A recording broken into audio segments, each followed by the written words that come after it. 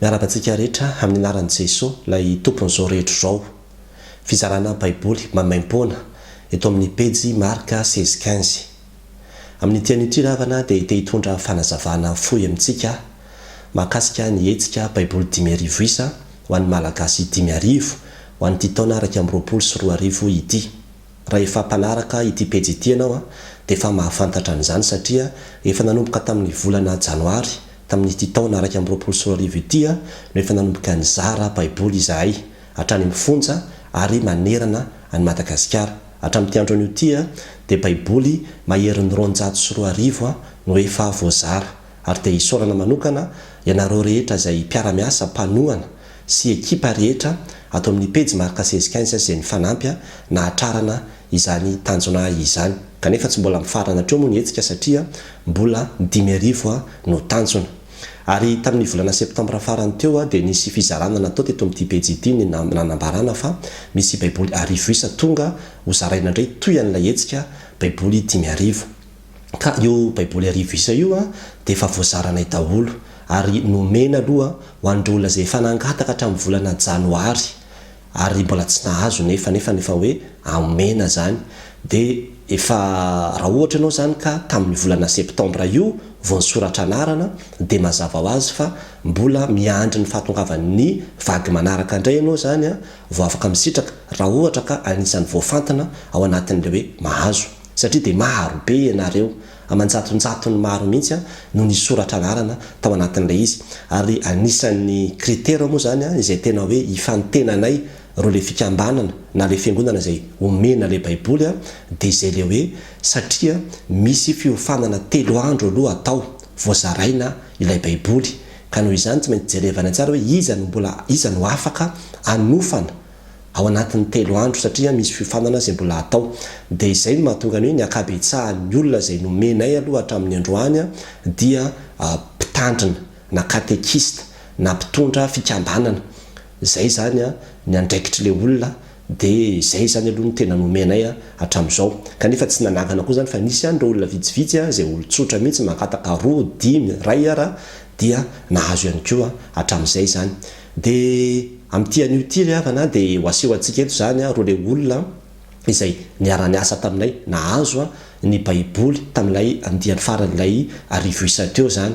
Dia ho aseho amintsika eto ny sarin'izy ireo ka dia ho an'Andriamanitra rehetra ny voninahitra. Ary raha ohatra ianao ka maniry hiara-iasa aminay amin'izao tetikasa Baiboly 10,000 izao dia azonao atao tsara mihitsy ny misoratra anarana amin'ny rohy izay alefanay eo amin'ny fanazavana n'ity vidéo ity io dia miditra ao ianao dia misoratra anarana ho ekipa mpanohana ny pejy Marka 1615 dia aveo ho alefanay aminao daholo ny andinindininy mahakasika izao hetsika Baiboly 10,000 izao. Ary tsy mijanona isika satria mbola tsy tratra ny tanjona ny amin'ny hoe Baiboly 10,000 no zaraina ka dia mangataka fitondranam-bavaka amintsika hatrany ny amin'izao hetsika izay tanterahana izao.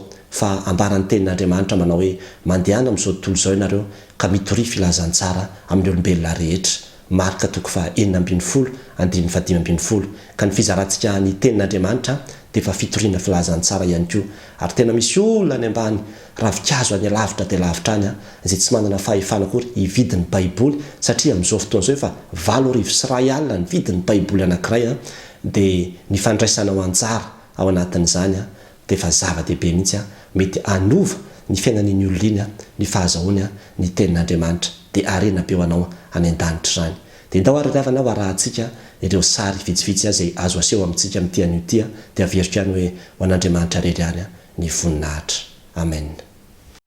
Azo Baiboly 10,000 isa ny hetsika mandrova kely fahazavana sy mandaparitany manana rafaisana. Nahazo Baiboly 10,000 isa ny FJKM ambomba fioravana sy mandaparitany manana rafaisana. Baiboly 20,000 isa fiangonana Jesosy mamonjy faritra moramany andrika. Misaotra n'Andriamanitra lehibe dia misaotra ny ekipan'ny pejy Marka 1615 fa nahazo Baiboly 10,000 isa ny FJK mambolitra manana rafaisana no fitoriana ny filazantsara.